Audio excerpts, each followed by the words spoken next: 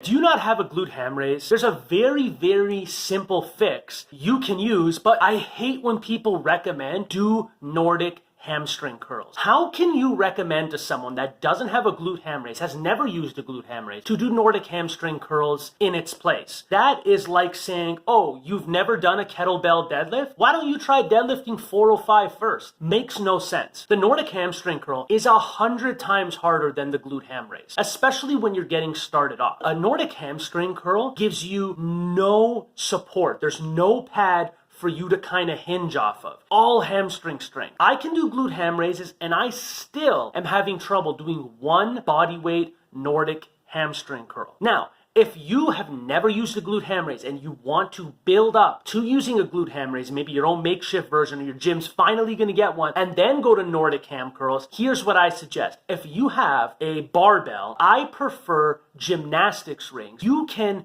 mimic the motor pattern and the muscles used, but it's not going to be as stressful. Hear me out. You hang in a position from the gymnastics rings. So it's almost like your body's in a tabletop position. You're in an L position, almost like a full bridge, except your arms are fully stretched out. Now, what you're going to do is you're going to have your glutes fully squeezed and then curl on your heels and then onto your tiptoes while keeping your glutes flexed the whole time. If anyone has ever done a glute ham raise, they'll notice that what's happening in the lower body is very, very similar to what happens during a glute ham raise. Now, I'm not going to say this is on par. This is a worst case scenario if you don't have access to equipment. Then in order to make this exercise harder, I suggest you slap some weight on yourself. 25, 45, chains, everything. If you want to get a really good stimulus on this, I would try and wrap a band to something behind you because that's the angle of the pull. So you can get a good stimulus out of this. Even if you